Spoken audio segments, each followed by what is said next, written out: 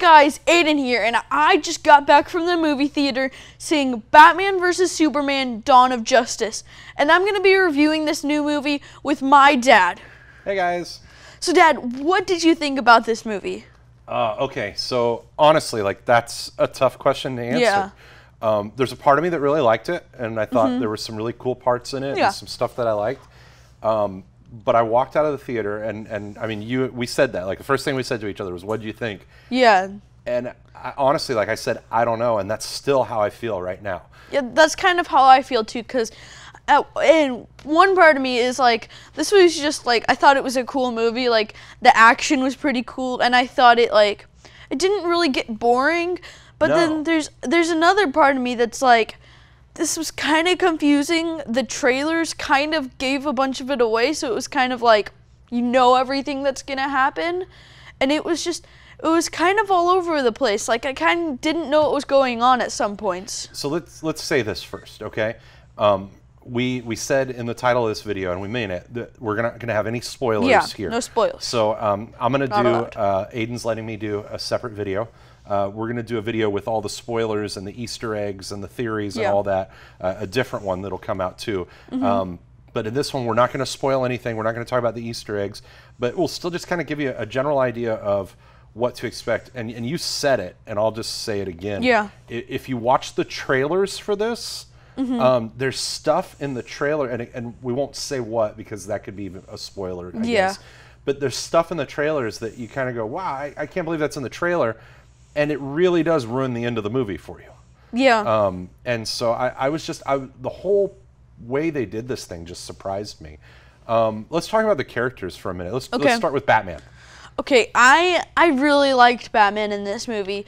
I really liked Ben Affleck as Batman. Okay, so let's stop for a second. Ben Affleck, when they first announced that he was going to be Batman, I remember, where were we at? Were we at the Marvel Marathon? Because I remember they announced it, and it was like we were in an area full of nerds, and everybody was revolting, and everybody was unhappy about it, and they didn't like the idea of Ben Affleck being Batman.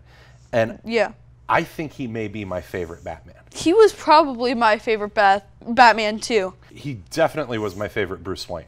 He kind of had that Tony Stark vibe to where, like, not as much, but even when he wasn't in the suit, which, by the way, I thought was a really cool suit. But even when he wasn't in his suit or being Batman, he was always on the go and looking for stuff he needed and just being sharp and, like, just being, like, a cool dude who just knew what he was doing. Okay, so I'm going to one-up you for a second.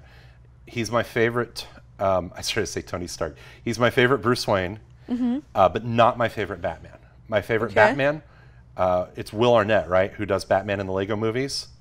He is my favorite Batman, okay? And if you haven't seen the trailer for the new Batman Lego movie, it's amazing. Okay, so Superman, what'd you think? I think he's a little too dark to be Superman because he has like a serious vibe, and if on Ben Affleck, when he has the serious vibe, you're like, yeah, that's Batman. Like, he's supposed to have it. But Superman, you kind of, when you think of him, you think of day, and you think of, like, a superhero who gives hope to people. And I feel like Henry just kind of puts on a serious, dark vibe to this. Okay, so I think you're right. I don't think it's so much Henry Cavill. I actually like him as Superman and Clark Kent. Like, I think he's maybe my favorite other than, like, Christopher Reeve. But you're right, like, Superman has that, he's like the all-American superhero. I mean, even more than like a Captain America, like Superman just, you know, truth, justice, and the American way, that's kind of his thing. These movies with Zack Snyder, the guy that's directing them, they do just feel really dark, and everything feels really like heavy. Yeah, that's a great word for it. What about some of the other characters? We've got Wonder Woman. Wonder Woman is in this movie. That's not a spoiler. She's been in all the promo. She's I thought she was awesome. Yeah, I liked how they put her in, and I thought she was a pretty good You Wonder thought she was Woman. Pretty? Sure. And okay. Just trying to figure out what you're saying here. well, sure. But I mean, Daisy Ridley is 10 times better. So. Oh wow. Okay. So there you go. Okay. So what about Alfred?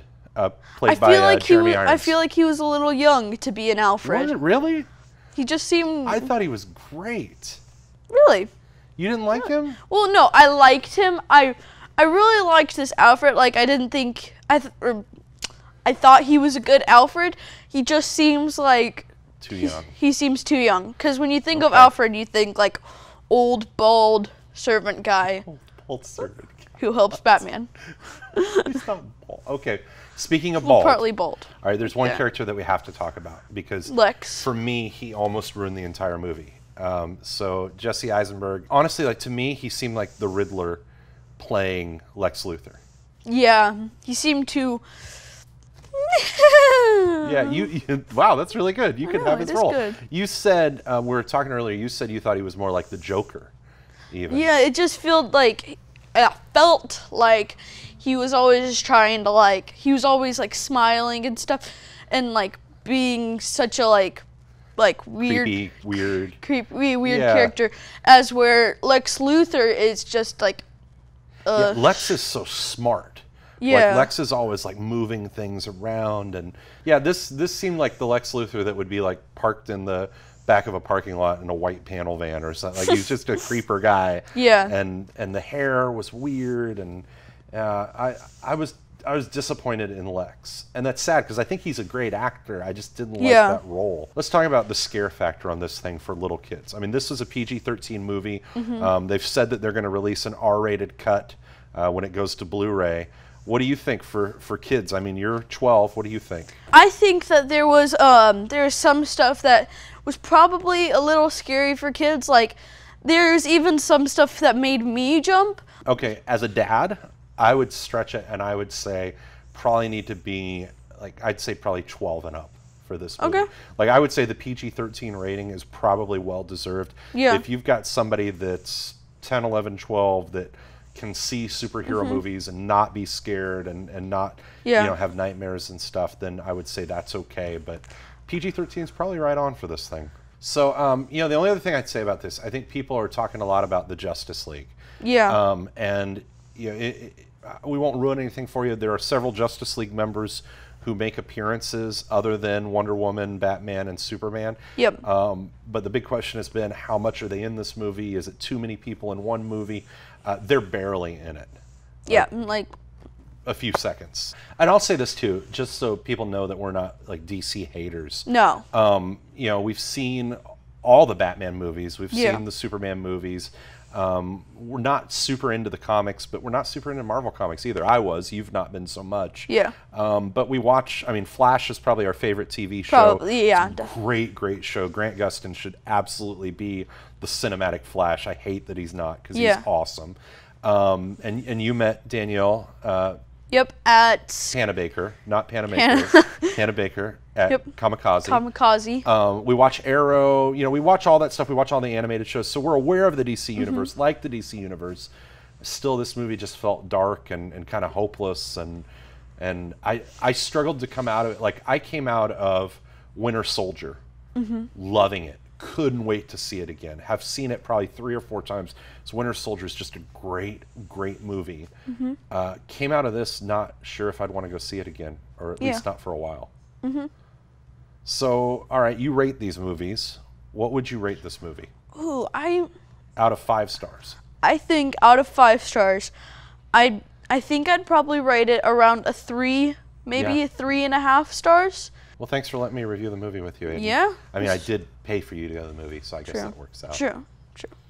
Well, guys, thank you for watching this video. I hope you like this review, and I hope you like all of my other stuff. And if you could just subscribe to my channel, it really helps me out a lot. And if you have anything to say to me, agree or disagree, tell me in the comments. Thanks, guys. Bye. Bye.